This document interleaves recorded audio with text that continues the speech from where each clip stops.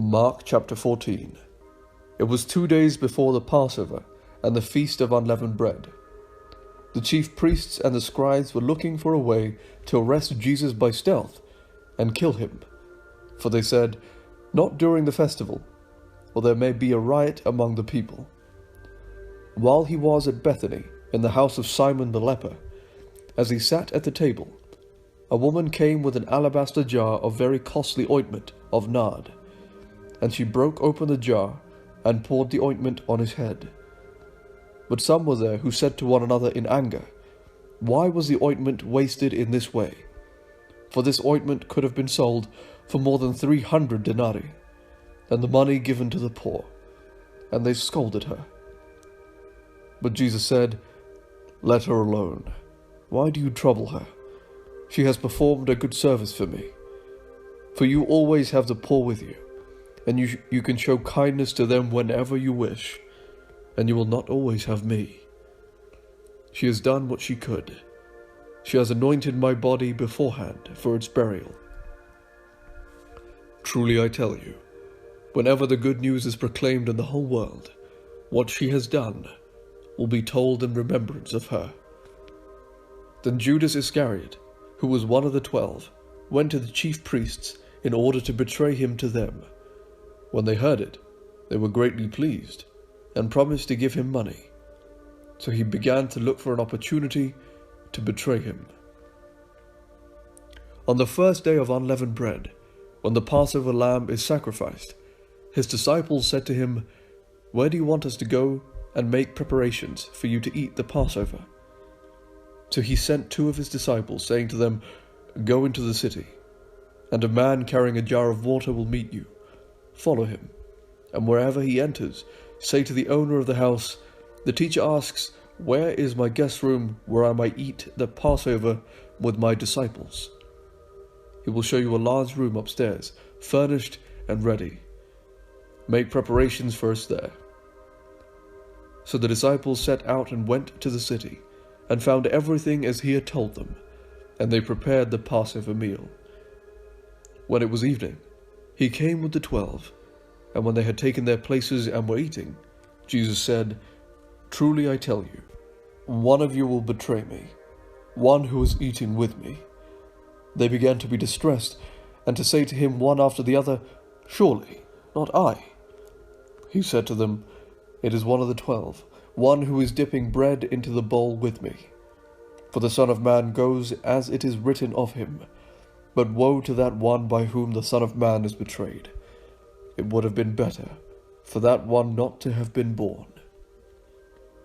While they were eating, he took a loaf of bread, and after blessing it, he broke it, and gave it to them, and said, "Take, this is my body."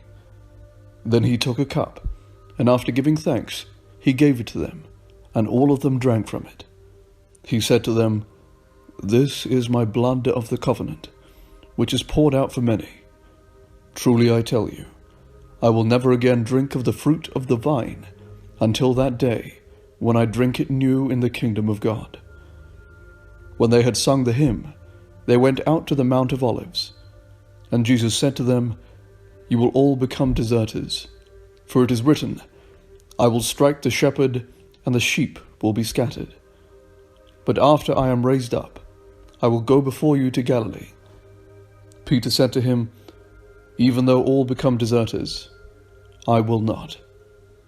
Jesus said to him, "Truly I tell you, this day, this very night, before the cock crows twice, you will deny me 3 times. But he said vehemently, "Even though I must die with you, I will not deny you." And all of them said the same. They went to a place called Gethsemane, and he said to his disciples, "Sit here while I pray." He took with him Peter and James and John, and began to be distressed and agitated. And he said to them, "I am deeply grieved, even to death. Remain here and keep awake." And going a little further, he threw himself on the ground and prayed, if it were possible, the hour might pass from him. He said, "Abba, Father, for you all things are possible. "Remove this cup from me, yet not what I want, but what you want." He came and found them sleeping, and he said to Peter, "Simon, are you asleep? Could you not keep awake 1 hour? Keep awake and pray that you may not come into the time of trial. The spirit indeed is willing, but the flesh is weak." And again he went away and prayed, saying the same words. And once again he came and found them sleeping, for their eyes were very heavy, and they did not know what to say to him. He came a third time and said to them, "Are you still sleeping and taking your rest? Enough.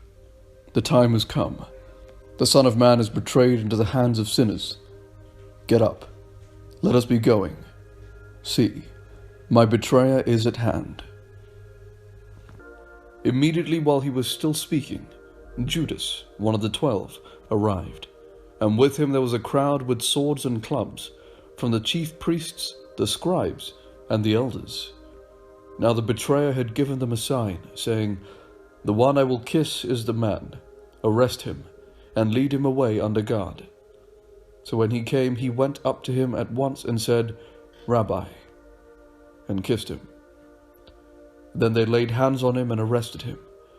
But one of those who stood near drew his sword and struck the slave of the high priest, cutting off his ear.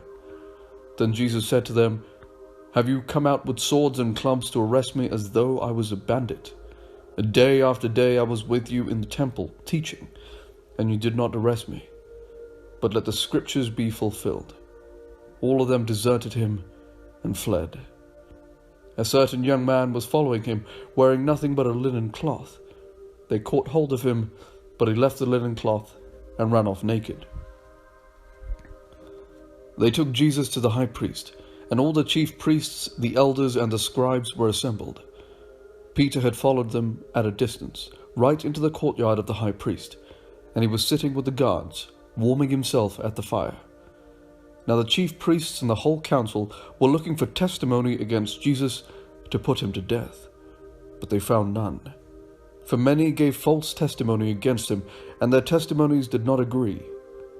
Some stood up and gave false testimony against him, saying, "We heard him say, 'I will destroy this temple that is made with hands, and in 3 days I will build another, not made with hands.' But even on this point, their testimony did not agree." Then the high priest stood up before them and asked Jesus, "Have you no answer? What is it that they testify against you?" But he was silent and did not answer. Again the high priest asked him, "Are you the Messiah, the Son of the Blessed One?" Jesus said, "I am. And you will see the Son of Man seated at the right hand of the power, and coming with the cloud of heaven." Then the high priest tore his clothes and said, "Why do we still need witnesses? We have heard his blasphemy. What is your decision?" All of them condemned him as deserving death.